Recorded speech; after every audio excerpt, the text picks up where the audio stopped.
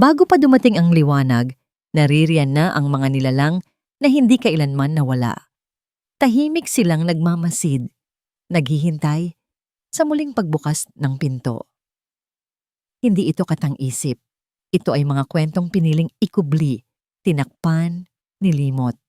Hanggang ngayon, maligayang pagdating sa alitaptap ng dilim, kung saan ang bawat sindi ng ilaw ay paalala na may nilalang sa likod ng dilim na gustong makita ka.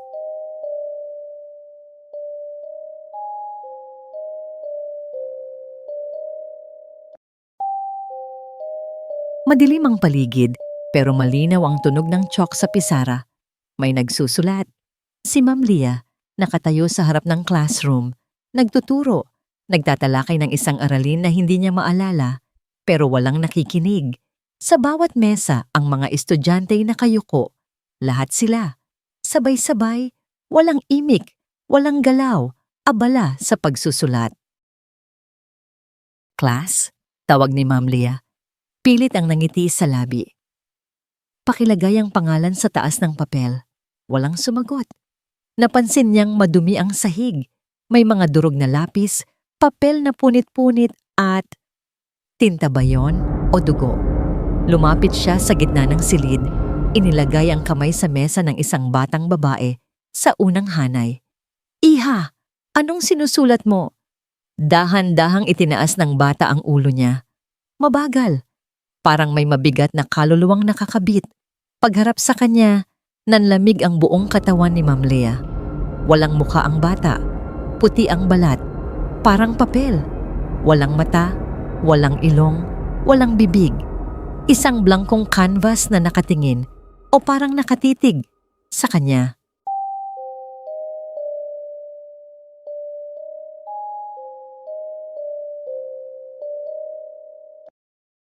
Ma'am, bulong ng isang boses sa kanyang likod. Paglingon niya, isa pang estudyanteng nakatayo sa likod ng classroom. Ma'am, tapusin niyo na ang klase. Biglang nagsara ang lahat ng bintana. Naglaho ang liwanag, naghiyawan ang mga estudyanteng walang mukha. Dumilat si Ma'am Leah, hingal siya, basang-basa ng pawis ang leeg niya. Nakaupo siya sa lumang kama, sa kwartong inupahan niya malapit sa paaralan. Pumipintig ang sentido niya. Napatingin siya sa orasan, 5:00 ng umaga. First day of teaching, pero ang unang alaala sa bagong probinsya ay isang bangungot.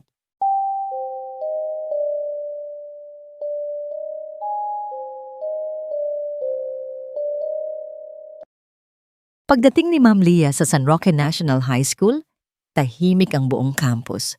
Mga batang naglalakad, bitbit ang lumang notebooks at paypay na gawa sa karton. Ang hangin ay may dalang halimuyak ng damong bagong gupit, pero may halo ring usok mula sa kusinang malapit sa faculty room. Ngumiti siya sa mga batang sumalubong, pero ramdam niya, parang nanonood ang buong paligid. Pagdating sa faculty room, inabot sa kanya ni Ma'am Cora ang susi. Ma'am Leah, eto po yung susi ng room 2B. Doon po kayo naka-assign this year. Maingat niyang kinuha ang susi, pero bago pa man siya lumakad, ay ma'am, isang paalala lang. Huwag kayong maliligaw sa kabilang gusali ha? Lalo na sa bandang kanan. Wala nang silid doon. Puro bodega na lang. Noted po. Thank you po, Ma'am Cora. Sagot niya. Pilit ang nangiti. Pero habang naglalakad siya sa hallway, napahinto siya. Sa dulo ng pasilyo, may isang silid. Wala sa mapa. Madilim. Nakapinid ang pinto. May natuklap na karatula sa itaas ng frame, 4A. Parang sumikip ang dibdib ni Ma'am Leah. Hindi ba ito yung silid sa panaginip ko? Hindi ba ito yung silid sa panaginip ko? Pumikit siya sandali. Pinilit iwaksi ang iniisip. Diretso siyang naglakad papunta sa room 2B. Pagpasok niya sa silid, medyo luma na rin ito. Pero may mga bagong chairs, functional na blackboard, at maaliwalas ang bintana. Unti-unti nang pumasok ang mga estudyante.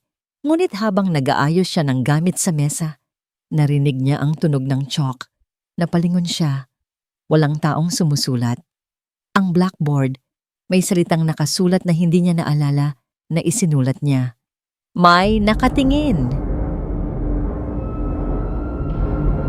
Pinunasan ni Ma'am Leah ang pawis sa kanyang noo, pero nanatiling nanlalamig ang kanyang batok. Baka may batang nakapagbiro lang. Baka may nagsulat bago ako pumasok. Gustuhin man niyang paniwalaan yon, malinaw sa isip niya. Siya pa lang ang nasa silid kanina. Walang ibang estudyante. Walang gumamit ng chalk. Mabilis niyang binura ang nakasulat sa pisara. Hindi niya nalang tiningnan ulit. Pumasok ang natitirang mga estudyante. Tahimik. Medyo iwas sa tingin.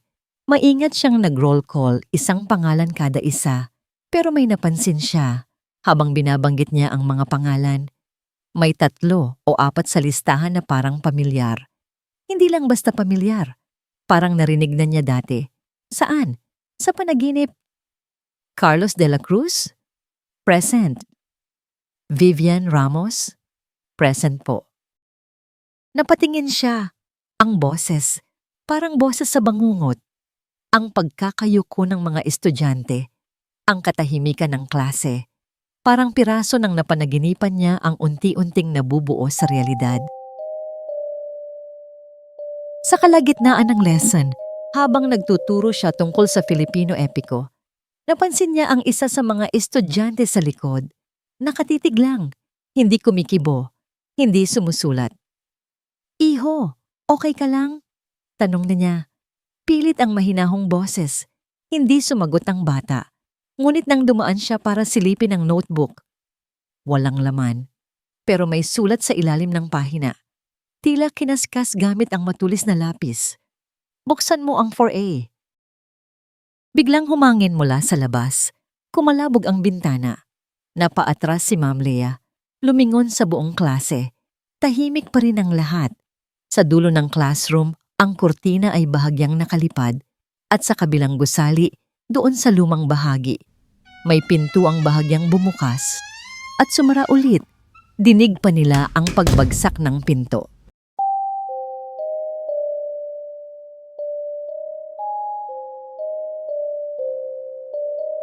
Pagka-uwi ni Ma'am Leah mula sa paaralan, tahimik ang kalsadang dinaanan niya. Mababa na ang araw. Ang mga poste ng kuryente ay may mga taling plastik na punit-punit. Sumasayaw sa hangin. Walang bata sa daan. Walang tumatakbong tricycle. Parang iniwasan ng buong baryo ang hapon. Pagdating niya sa inuupahang kwarto, napansin niya agad ang kakaiba. Bukas ang pinto. Hindi todo bukas, pero bahagyang nakanganga. Samantalang siguradong isinara niya ito kaninang umaga. May kandado pa. Napakapit siya sa bag, marahang pumasok. Walang nagalaw. Pero may kakaibang pakiramdam na parang may ibang nakapasok. Tumingin siya sa ibabaw ng mesa. May nakalatag na papel, malinis, pero habang nilalapitan niya, unti-unting lumilitaw ang sulat. Parang sinulat gamit ang basang tinta na ngayon lang lumitaw sa liwanag. Buksan mo ang silid. Tumayo siya. Pilit nilalabanan ang panlalambot ng tuhod. Hindi ito totoo. Hindi ito totoo. Bumagsak siya sa silya, pinagpapawisan ng batok. Sa kanyang bintana, umaalon ang puting kurtina. Doon sa labas, tanaw ang maliit na sari-sari store. Kinabukasan, maagang-maaga pa lang, naglakad siya papunta roon. Bumili siya ng kape sa sachet at sinadyang magtanong habang nagbabayad. Ate, ilang taon na po ba yung school sa dulo? Tanong niya. Pilit na casual ang tono.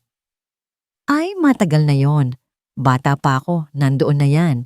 Sagot ng matandang tindera. May mga silid po ba roon na hindi na ginagamit?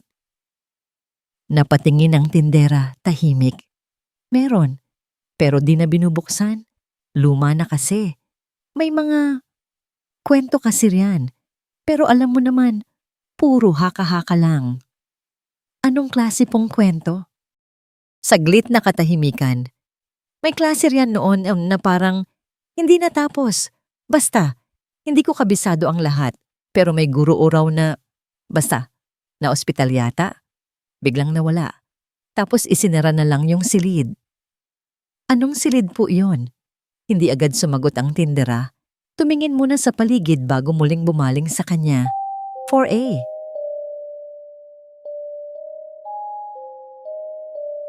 Tumahimik si Ma'am Lia. Parang biglang lumamig ang paligid kahit sumisikat na ang araw.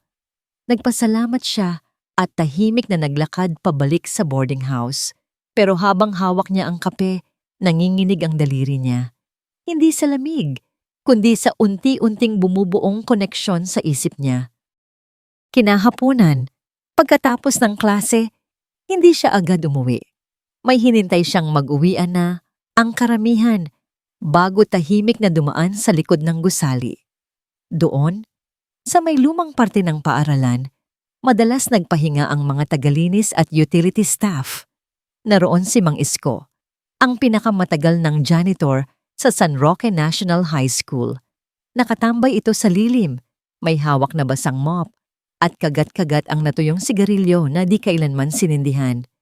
Mang Isko, maingat na bati ni Ma'am Lia. Pwede po ba akong magtanong? Tungkol sa silid 4A? Napahinto si Mang Isko. Parang may biglang bumara sa lalamunan niya. Akala ko ba sinarado na yon?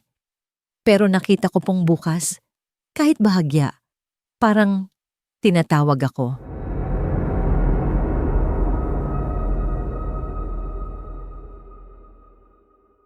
Yan ang delikado, ma'am. Bakit po ba? Ano po ba talaga ang nangyari doon? Huminga ng malalim si Mang Isko. Tumingin muna sa paligid bago muling nagsalita. May klase riyan dati, pero isang taon, biglang nagkasakit ang halos lahat ng estudyante. Laging pagod, laging wala sa sarili, tapos isang araw, nawala ang advisor nila. Di na pumasok ulit. Ang sabi, na ospital. Ang totoo, hindi na namin nakita. Simula nun sinara ang silid, pero kahit ilang beses na, may bumabalik. Lagi raw may nagkakandara pang buksan ng 4A. At lagi ring may napapasama. Hindi makagalaw si Ma'am Lia. Parang may bumigat sa balikat niya. Gabi na nang siya'y makauwi. Tahimik ang daan. Walang batang naglalaro. Walang dumadaang tricycle. Sa boarding house, sinigurado niyang nakasara ang pinto. Inilock. 2 beses. Paglapit niya sa mesa para magsalin ng tubig, may napansin siya sa salamin. May dumaan. Isang aninong mabilis. Hindi tao ang lakad, parang nakalutang. Napalingon siya. Walang tao. Pero gumagalaw ang puting kurtina. Hindi dahil sa hangin, parang may dumaan. O pumasok. Napasigaw siya ng mahina. Pilit na pinapakalma ang sarili. Lumapit sa bintana. Hinawi ang kurtina. Wala. Pero sa salamin ng cabinet, may marka. Isang kamay na maitim, basa, parang gawa sa abo.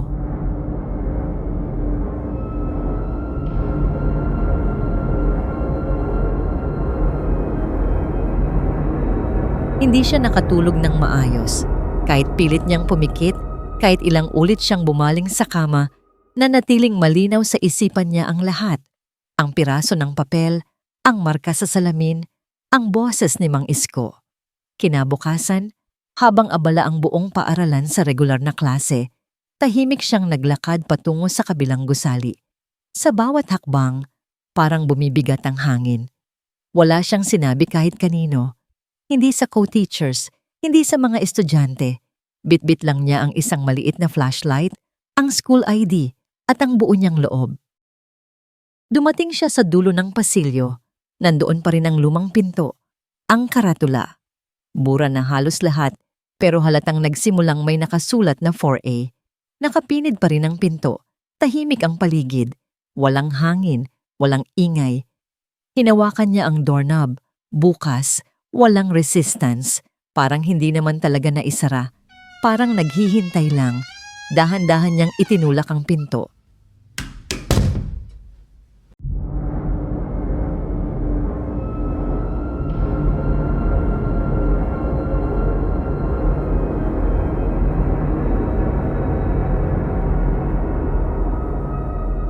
Ang loob ay natatakpan ng dilim. Maalikabok ang sahig. May ilang upuang nakahandusay. Ang pisara ay may mga sulat na halos burado, mga pangalan, petsa at isang salitang paulit-ulit. Ulitin. Ulitin. Ulitin. Napakapit siya sa dingding habang naglalakad papasok. Habang nililibot ng mata niya ang silid, napansin niyang may mga gamit pang naiwan. Lumang bag, punit na notebook, isang pares ng tsinelas sa ilalim ng mesa. Tila iniwan ang lahat sa gitna ng isang regular na araw. Walang pahiwatig ng takbuhan, walang kaguluhan, parang hindi natapos ang klase.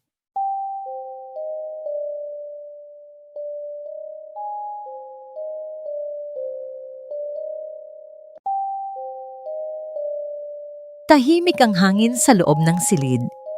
Sa ibabaw ng lumang mesa ng guro, may isang kwadernong tila kanina lang napadpad doon. Kulay abo, may alikabok, at tila nanginginig sa lamig ng paligid. Dahan-dahang binuksan ni Ma'am Leah ang kwaderno. Malamig at parang basa ang mga pahina. Sa unay karaniwang talalang, lesson plan, attendance, hanggang sa isang bahagi na magulo ang sulat, tila isinulat habang nanginginig ang kamay. May bahid ng tinta at luha.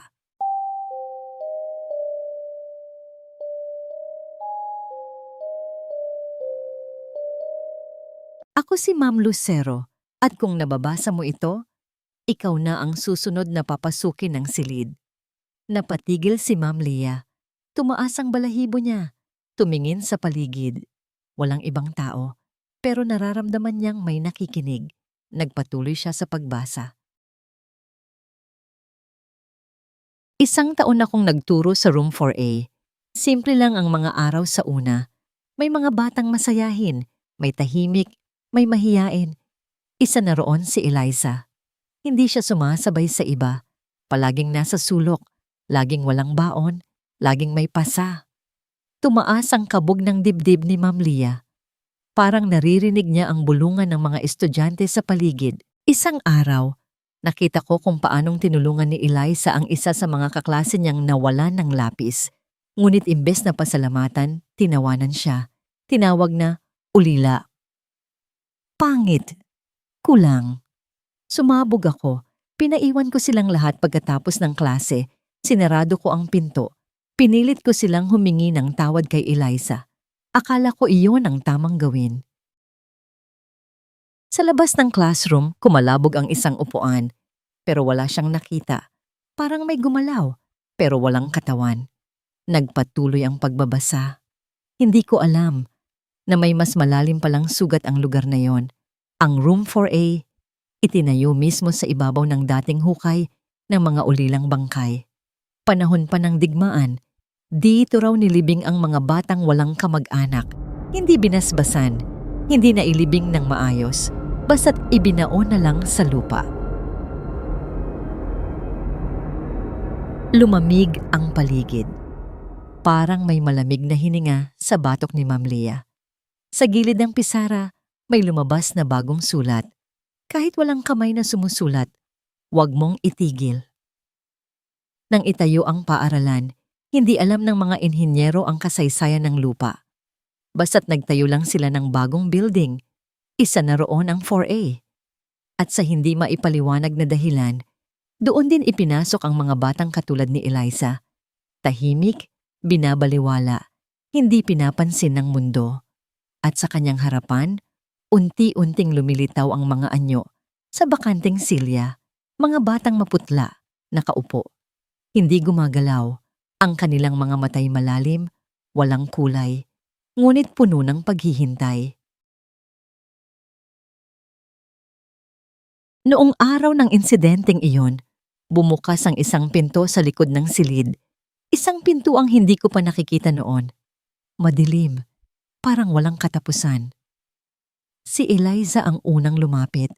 Hindi siya umiiyak, tahimik lang. Sunod-sunod na sumama ang mga kaklase niya. Gusto kong pigilan, gusto kong habulin, pero may malamig na kamay mula sa sahig ang humawak sa akin. Parang ako na ang susunod.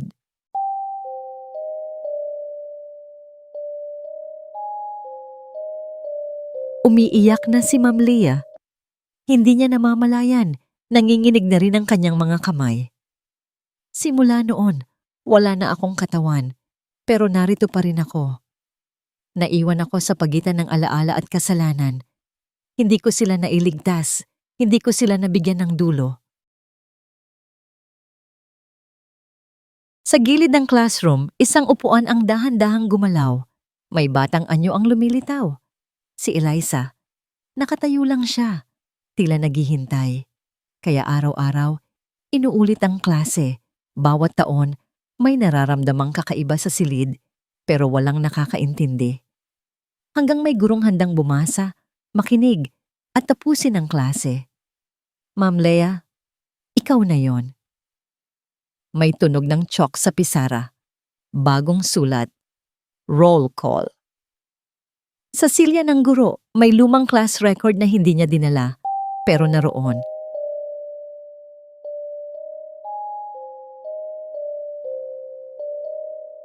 Tahimik ang silid.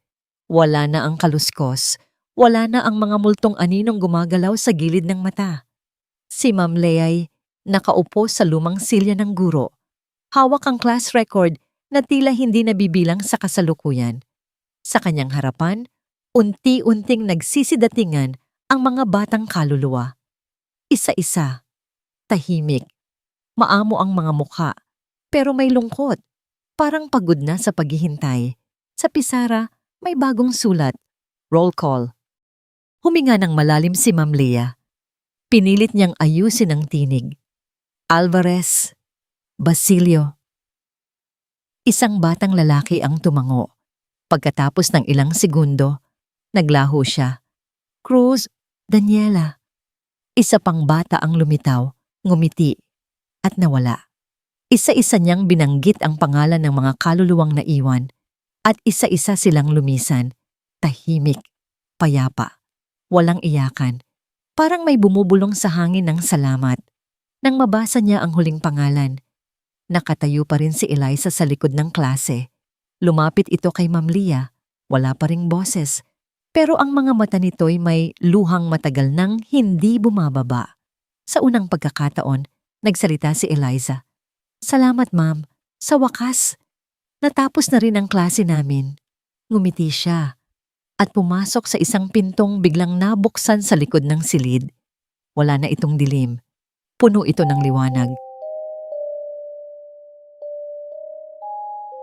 Napaluha si Ma'am Leah. Hindi niya napigilan.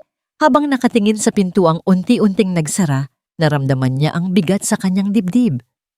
Unti-unting nawala. Sa wakas, tapos na.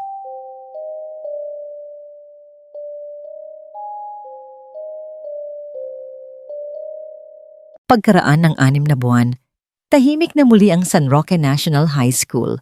May bagong pintura, bagong principal, bagong semester. Tila ba nakalimutan na ng lahat ang tungkol sa silid na yon? O marahil, mas piniling hindi pag-usapan. Isang bagong guro ang dumating, si Ma'am Julia, bata, masigla, at puno ng pag-asa sa unang araw niya ng pagtuturo. Hawak ang lesson plan, dumaan siya sa lumang bahagi ng gusali. Tahimik. Walang masyadong estudyante roon. Ang mga pader ay may bahid pa rin ng lumipas. Habang sinusuri niya ang class schedule, Room 2B, 3C, napahinto siya sa dulo ng pasilyo. May isang pintong hindi pamilyar, wala sa mapa, wala sa orientation. Room 4A? Parang wala to sa listahan. Ang pinto. Bahagyang nakabukas, walang ihip ng hangin, pero tila inaanyayahan siyang pumasok. Dahan-dahan niyang itinulak ang pinto. At sa pagbungad niya, natigilan siya.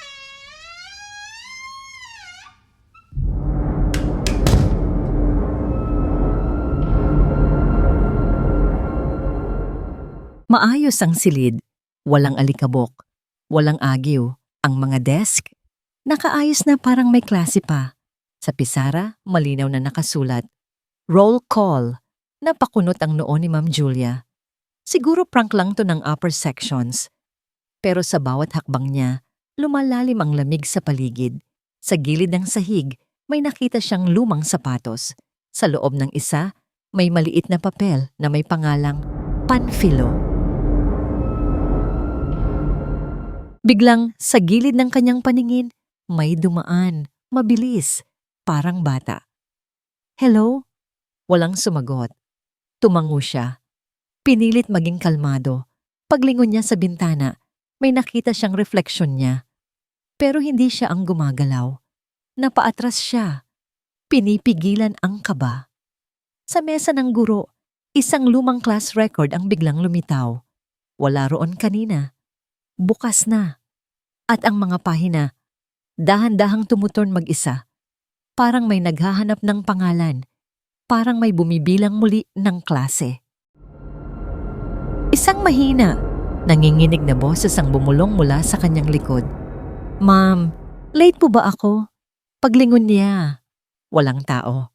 Pero sa pisara, may nadagdag na linya sa ilalim ng roll call. Second batch. Akala natin natapos na ang klase pero may ilang aralin na inuulit at inuulit. At sa room 4A, may mga kaluluwang hindi pa natatawag. Maaring tapos na si Ma'am Lia pero may panibagong listahan na muling bubuksan.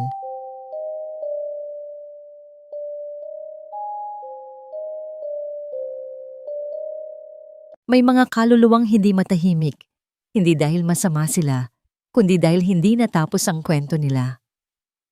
Sa room 4A, paulit-ulit ang klase. Araw-araw, taon-taon, naghihintay ng isang gurong handang makinig at tapusin ang kanilang aralin. Kung nagustuhan mo ang kwento ngayong gabi, i-like mo na ang video, mag-subscribe sa Alitaptap ng Dilim, at huwag kalimutang i-turn on ang notification bell para sa susunod na kababalaghan. May kwento ka rin bang hindi mo malimutan? I-share mo yan sa comment section. Dahil sa bawat silid na muling binubuksan, may kaluluwang hindi pa rin matahimik. Hanggang sa muli. Dito sa Alitaptap ng Dilim.